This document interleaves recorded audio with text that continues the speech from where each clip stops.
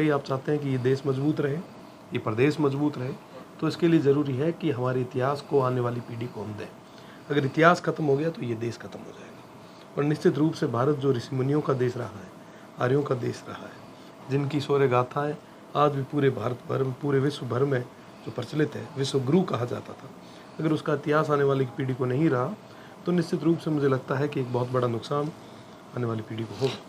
तो विश्व गुरु वाले झुनझुना में हमारे रविंद्र भाटी जी भी खोए हुए हैं, लेकिन ये संक्षिप्त और इस स्वतंत्रता की लड़ाई में उन सभी ने मजबूती के साथ में इस देश के लिए लड़ाई लड़ी, जिसकी बदौलत आज हम खुले आसमान के नीचे बैठे हैं।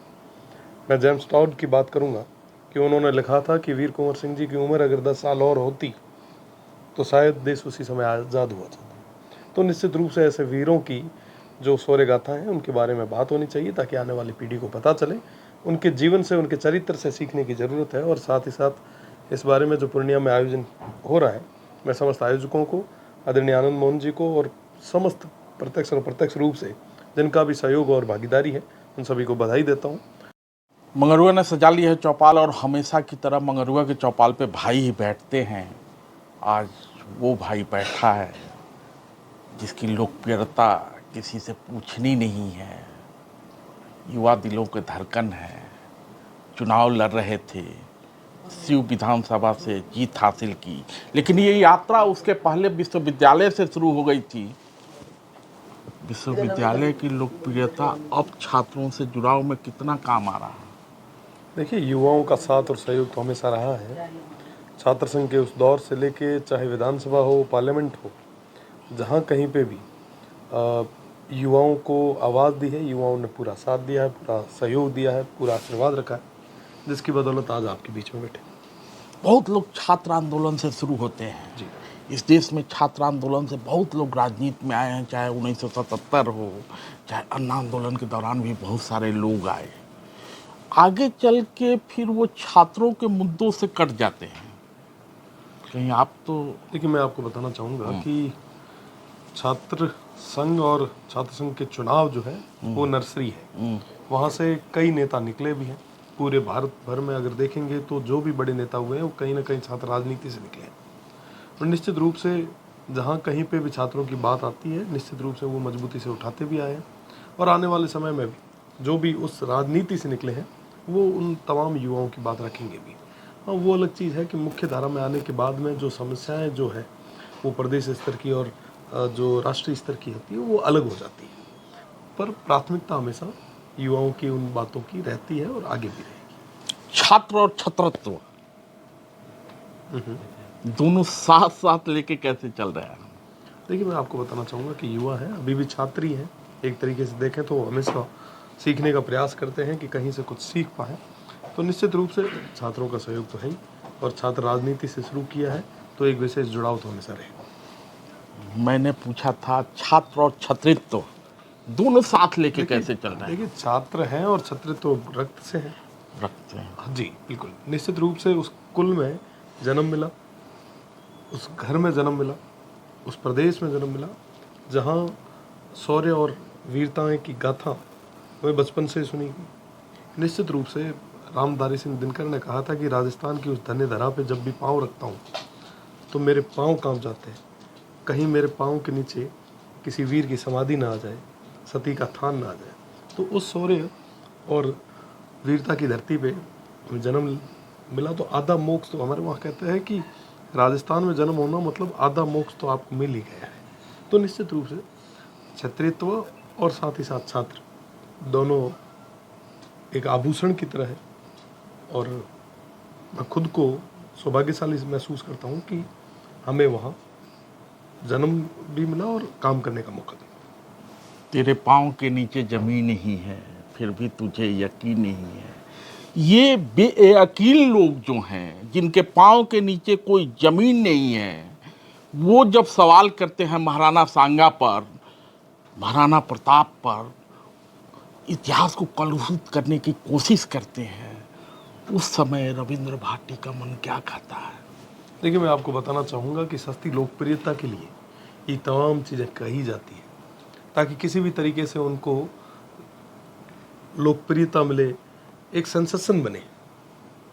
और ये तमाम चीज़ें जो लोग कर रहे हैं, निश्चित रूप से उनके पाँव के नीचे ज़मीन नहीं है। आज वो जिनकी बात कर रहे हैं, अभी आपने राणा सांगा की बात कही, 80 घाव थे उनके शरीर पे।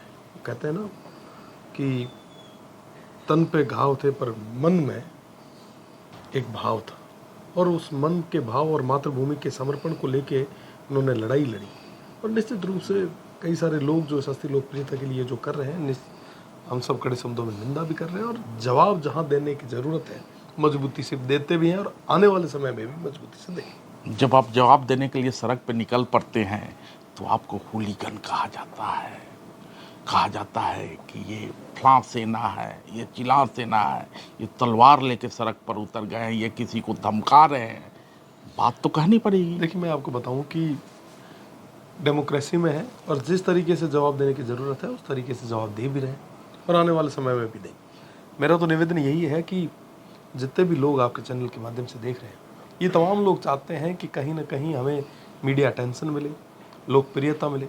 हमें इस चीज़ का ध्यान विशेष कर रखना है कि कहीं इनके बनाए हुए उस ट्रैप में हम लोग ना फंसे। ये लोग प्रयास करते हैं कि कैसे भी करके एक जो विशेष जो कम्युनिटी है या वो लोग हैं जो कहीं ना कहीं मातृभूमि के लिए काम आए, जो उनके वंशज हैं, उनको हम डिफेम करें, उनको हम हुड़दंगी साबित करें। इसका निश्चित रूप से ये काफ़ी लंबे समय से प्रयास कर रहे हैं। हमें इन तमाम चीज़ों से बचना भी है, पर जैसे भी वोट की चोट के साथ या तमाम चीज़ों के साथ जहाँ पे भी जवाब देने का मौका मिले, उस जवाब देने से चूके ना। यदि मैं किसी सेना, करनी सेना, राजपूत सेना, क्षत्रिय सेना के प्रतिनिधि से बात कर रहा होता तो मुझे इस बात की उम्मीद बिल्कुल नहीं थी, और ना ही मैं उनके सामने ये सवाल करता कि आपके अंदर जो जोश है उसमें होश कम होता है।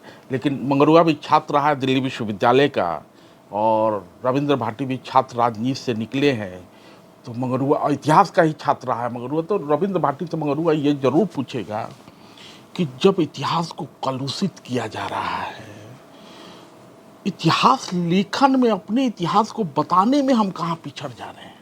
देखिए, वो तैयारी हमारी क्यों सबसे नहीं बड़ी है? समस्या मैं बताऊं आपको कि आपके उस दौर में जब आप इतिहास के विद्यार्थी हुआ करते थे, उस दौर में ये मोबाइल, ये सोशल मीडिया, ये तमाम व्हाट्सअप जो यूनिवर्सिटीज़ है, ये नहीं हुआ करती थी। तो उस दौर में लोग पढ़ते थे, लिखते थे। आज के समय में मुझे लगता है कि सबका स्क्रीन टाइम 9-10 घंटे ज़रूर होगा, पर रीडिंग टाइम मुश्किल से आधे घंटे से पौन घंटा हो पाएगा। तो कहीं ना कहीं एक जो बड़ा गैप आ रहा है। साथ ही साथ हमें भी, जो हमारी आने वाली पीढ़ियां हैं, उनको इतिहास के बारे में बताना होगा। अगर वाकई आप चाहते हैं कि ये देश मजबूत रहे, ये प्रदेश मजबूत रहे, तो इसके लिए ज़रूरी है कि हमारे इतिहास को आने वाली पीढ़ी को हम दें। अगर इतिहास खत्म हो गया तो ये देश खत्म हो जाएगा। और निश्चित रूप से भारत जो ऋषि मुनियों का देश रहा है, आर्यों का देश रहा है, जिनकी शौर्य गाथाएँ आज भी पूरे भारत भर में, पूरे विश्व भर में जो प्रचलित है, विश्व गुरु कहा जाता था, अगर उसका इतिहास आने वाली पीढ़ी को नहीं रहा तो निश्चित रूप से मुझे लगता है कि एक बहुत बड़ा नुकसान आने वाली पीढ़ी को होगा। तो विश्व गुरु वाले झुनझुना में हमारे रविंद्र भाटी जी भी खोए हुए हैं, लेकिन ये संक्षिप्त बतकही है। आगे जब विस्तृत बतकही होगी तो उस विश्व गुरु पे भी चर्चा होगा। और जो वर्तमान में हमारे इतिहास को कलुषित किए जाने की बात हो रही है, और हमारी जो इतिहास लेखन और पुनर्लेखन को लेकर जो हमारी तैयारी नहीं है, उस तैयारी पे भी बात होगी। वीरों की धरा है, वीरों का इतिहास है, और हम लोगों को जब भी अपने इतिहास की ओर झांकना होता है तो बिहार में बैठे लोग राजस्थान की ओर झांकते हैं, लेकिन रविंद्र भाटी बिहार की ओर झांक रहे हैं, क्योंकि 22 और 23 अप्रैल को बाबू वीर कुंवर सिंह की जयंती मनाई जा रही है। बिहार में अलग अलग जगहों पे मनाई जाएगी। पूर्णिया में आनंद मोहन जी खास कार्यक्रम कर रहे हैं, रविंद्र भाटी वहाँ जा रहे हैं। अपने यहाँ से क्या संदेश ले जाएंगे और वहाँ से क्या सीखेंगे? कि भारत भर के अंदर कई वीर पुरुष हुए हैं, और इस स्वतंत्रता की लड़ाई में उन सभी ने मजबूती के साथ में इस देश के लिए लड़ाई लड़ी, जिसकी बदौलत आज हम खुले आसमान के नीचे बैठे हैं। मैं जेम्स टॉड की बात करूंगा कि उन्होंने लिखा था कि वीर कुंवर सिंह जी की उम्र अगर 10 साल और होती तो शायद देश उसी समय आज़ाद हुआ जाता। तो निश्चित रूप से ऐसे वीरों की जो शौर्य गाथा हैं, उनके बारे में बात होनी चाहिए, ताकि आने वाली पीढ़ी को पता चले। उनके जीवन से, उनके चरित्र से सीखने की ज़रूरत है, और साथ ही साथ इस बारे में जो पूर्णिया में आयोजन हो रहा है, मैं समस्त आयोजकों को, आदरणीय आनंद मोहन जी को और समस्त प्रत्यक्ष और अप्रत्यक्ष रूप से जिनका भी सहयोग और भागीदारी है, उन सभी को बधाई देता हूँ और आशा करता हूँ कि जो भी साथी अभी मुझे आपके चैनल के माध्यम से सुन पा रहे हैं वो ऐसे कार्यक्रमों में आएंगे ताकि हमारे जो वीर पुरुष है, जो महापुरुष है, जो स्वतंत्रता सेनानी है, उनके जीवन और चरित्र से सीख सके। तो 22-23 को रविंद्र भाटी पूर्णिया में उपस्थित रहेंगे और वहीं पर बाबू वीर कुंवर सिंह की जयंती मनाई जा रही है।